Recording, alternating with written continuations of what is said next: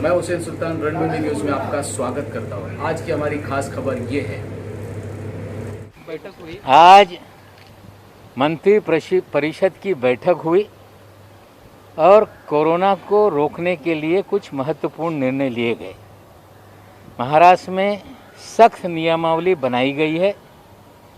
कल शाम 8 बजे से वो नियमावली लागू होगी। शाम 8 बजे से सुबह 7 बजे तक महाराष्ट्र में रात का कर्फ्यू लागू रहेगा। बाकी समय में 144 5 से ज़्यादा लोगों पे जमा होने पे पाबंदी रहेगी। सभी मॉल, रेस्टोरेंट, बार्स ये बंद करने का निर्णय लिया गया है। टेक अवे सर्विसेज चालू रहेगी। एसेंशियल सर्विसेज के जो भी वो चालू रहेंगे। सरकारी कार्यालय 50% की क्षमता से चलेंगे। इंडस्ट्री पूरी तरह से चालू रहेगी। वर्कर पे किसी भी प्रकार की पाबंदी नहीं रहेगी। कंस्ट्रक्शन साइट पे जहां वर्करों को रहने की व्यवस्था है वो सारी कंस्ट्रक्शन साइट चालू रहेगी। सरकारी ठेके में जहां लोग काम कर रहे हैं निर्माण का वो सारे काम चालू रहेंगे। साथ ही साथ जो पूरी तरह से सब्जी मंडी है या जो भी चीज़ें हैं उस पर किसी भी प्रकार का निर्बंध नहीं, लेकिन भीड़ कैसे रुकेगी इसके लिए नियमावली बनाई गई है। साथ ही साथ ये भी निर्णय लिया गया कि शुक्रवार रात 8 बजे से सोमवार सुबह 7 बजे तक ये स्ट्रिक्ट लॉकडाउन वीकेंड में महाराष्ट्र में रहेगा। ये निर्णय लेते समय एक मत से सभी लोगों ने चर्चा करके निर्णय लिया है और निर्णय लेने से पहले माननीय मुख्यमंत्री महोदय ने विरोधी पक्ष नेता से भी बात की, मनसे के अध्यक्ष राज ठाकरे जी से भी बात की, होटल इंडस्ट्री के लोगों से बात की गई, इंडस्ट्रियलिस्ट लोगों से बात की गई, फिल्म निर्माताओं से बात की गई और सभी वर्ग से चर्चा करके ये निर्णय लिया गया है। एक महत्व की बात बताने के लिए रह गई कि शूटिंग पे जहाँ भीड़ नहीं होगी कोई प्रतिबंध नहीं रहने वाला, लेकिन थिएटर्स बंद रहने वाले हैं। पार्क 8 बजे के बाद बंद हो जाएंगे और वीकेंड में एकदम ही सारी चीज़ें बंद की जाएगी एसेंशियल सर्विसेज को छोड़ के, लेकिन ट्रांसपोर्ट व्यवस्था शुरू रहेगी।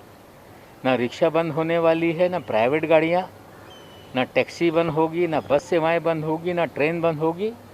हाँ, मास्क लगाना कंपलसरी होगा और जो क्षमता है उसकी आधी क्षमता से पब्लिक ट्रांसपोर्ट चलेगा। इस तरह का एक मत से निर्णय लिया गया और ये भी चर्चा हुई कि रेमडेसिविर जो दवा है जिसका इस्तेमाल कहीं ना कहीं कुछ लोग जहां ज़रूरत नहीं वहां भी कर रहे हैं, तो उसकी भी नियमावली जो पैसे पहले थी उसी तरह की रहेगी।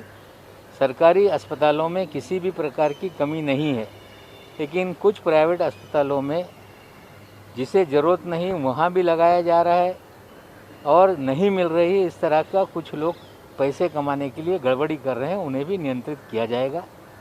ऑक्सीजन की कमी नहीं हो इसके लिए सारी व्यवस्था की गई है और बिस्तर बढ़ाने की व्यवस्था की गई है।